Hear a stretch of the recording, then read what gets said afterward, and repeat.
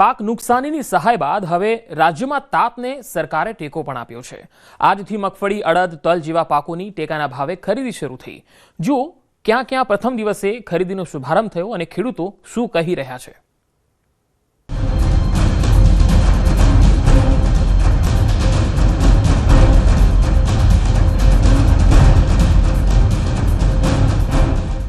જગતના તાપને ટેકો સારું કહેવાય, ફાયદો છે। જે ઘડીનો ઇંતજાર કરતા હતા ખેડૂત એ ઘડી આવી ગઈ છે। મગફળીના ટેકાના ભાવે ખરીદી। ઇતિહાસમાં પહેલીવાર સીસીટીવીથી monitoring.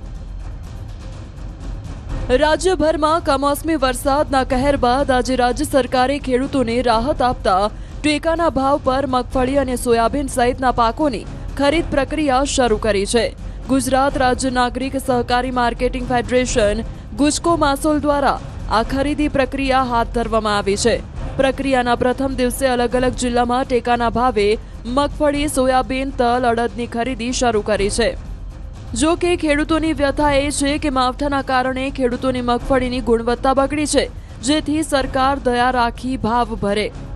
Gujarat state cooperative marketing federation limited દ્વારા રાજ્ય સરકાર વતી આજથી ખેડૂતો પાસેથી ટેકાના ભાવે મગફળીની ખરીદીનો પ્રારંભ કરવામાં આવ્યો છે। સરકારે મગફળી માટે પ્રતિમણ રૂપિયા 1452નો ટેકાનો ભાવ નક્કી કર્યો છે, જે હાલના બજાર ભાવ કરતા મણ દીઠ લગભગ 400 વધુ હોવાથી ખેડૂતોને મોટો આર્થિક ફાયદો થઈ રહ્યો છે। આ ફાયદાને કારણે જ રાજ્યભરમાં 9,30,000 ખેડૂતોએ વેચાણ માટે રેકોર્ડ બ્રેક નોંધણી કરાવી છે। જો કે આ ખરીદીમાં એક ખેડૂત દીઠ 125 મણની મર્યાદા રાખવામાં આવતા ખેડૂતોમાં અસંતોષ પણ જોવા મળી રહ્યો છે, કારણ કે ગયા વર્ષે આ મર્યાદા 200 મણની હતી। 200 મણ હતી, સારું બરાબર હતું તો નુકસાની ગઈને અમુકની ઓછી રાખી। મેસેજ 9:30 પોણા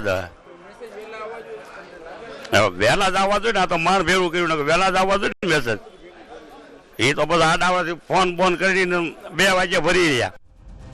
ખેડૂતોનો દાવો છે કે માવઠાને કારણે પાકને નુકસાન થયું હોવા છતાં આ મર્યાદા વધારીને ઓછામાં ઓછી 150 મણ કરવાની માંગ કરી રહ્યા છે, જેથી તેમને બાકીનો પાક ઓછા ભાવે બજારમાં વેચવો ન પડે। સરકારના નિયમ મુજબ જે ખેડૂતોને SMS મળ્યા છે તે જ ખેડૂતોને ખરીદ કેન્દ્ર પર પોતાની મગફળી વેચવાની મંજૂરી આપવામાં આવી છે। SMS મળતા જ સવારે ખેડૂતો પોતાની મગફળીના થેલા લઈને ખરીદ કેન્દ્રો પર પહોંચી ગયા હતા। અનેક કેન્દ્રો પર ખેડૂતોની લાઈનો જોવામાં આવી રહી છે, પરંતુ વ્યવસ્થા સુનિશ્ચિત રહે તે માટે તંત્રે યોગ્ય આયોજન કર્યું છે। ખરીદી પ્રક્રિયા દરમિયાન પારદર્શિતા જળવાઈ રહે તે માટે રાજ્ય સરકારે ખાસ વ્યવસ્થા કરી છે। બધા ખરીદ કેન્દ્રો પર સીસીટીવી કેમેરા દ્વારા મોનિટરિંગ કરવામાં આવી રહ્યું છે।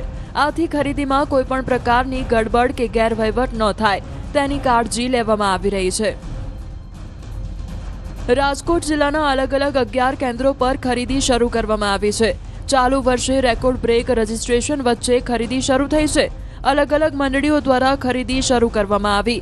સરકારી ધારાધોરણ મુજબ મગફળીની ખરીદીની શરૂઆત થઈ છે। રાજકોટ જિલ્લામાં 30 અલગ અલગ કેન્દ્રો ફાળવવામાં આવ્યા છે। એ જ રીતે રાજકોટ યાર્ડના નીચે આવતા 3 તાલુકા પડધરી, લોધિકા અને રાજકોટ, આ 3 તાલુકામાં અલગ અલગ જગ્યાએ ખરીદી શરૂ થઈ ગઈ છે।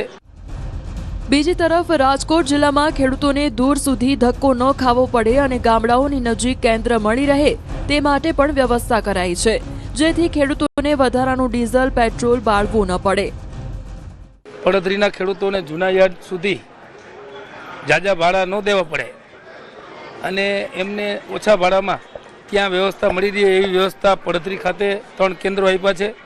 એવી જ રીતે લોધિકા તાલુકાના ખેડૂતોને વાહન ભાડું ઓછું થાય અને ખેડૂતોને ખોટો ખર્ચ લાગે નહીં એના ભાગરૂપે લોધિકા ખાતે સરકારી જે રમતગમત વિભાગનું મેદાન છે એમાં 2 કેન્દ્રો આપવામાં આવ્યા છે।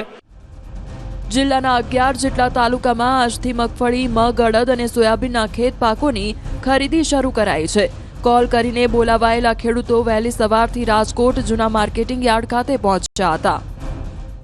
15,000 કરોડ જેટલી રકમની મગફળી ખરીદવામાં આવશે રાજ્ય સરકાર દ્વારા અને એમને ખેડૂતોને પૂરા ભાવ 1452 ભાવ મળી રહે એવી વ્યવસ્થા કરેલ છે।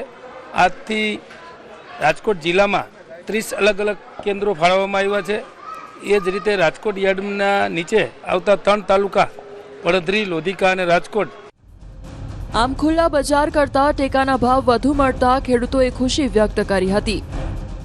લાભ પાંચમની તારીખ હતી શુભ શરૂઆતમાં, પણ વરસાદ અને કમોસમીના હિસાબે સરકારે જે વાતાવરણ ખરાબ હતું એના લીધે લેટ થયું છે, પણ સારું થયું છે અને સમય બહુ ખુશીની આનંદ છે. તમે જોઈ શકો છો ખેડૂતને બધાય ખુશખુશાલ છે.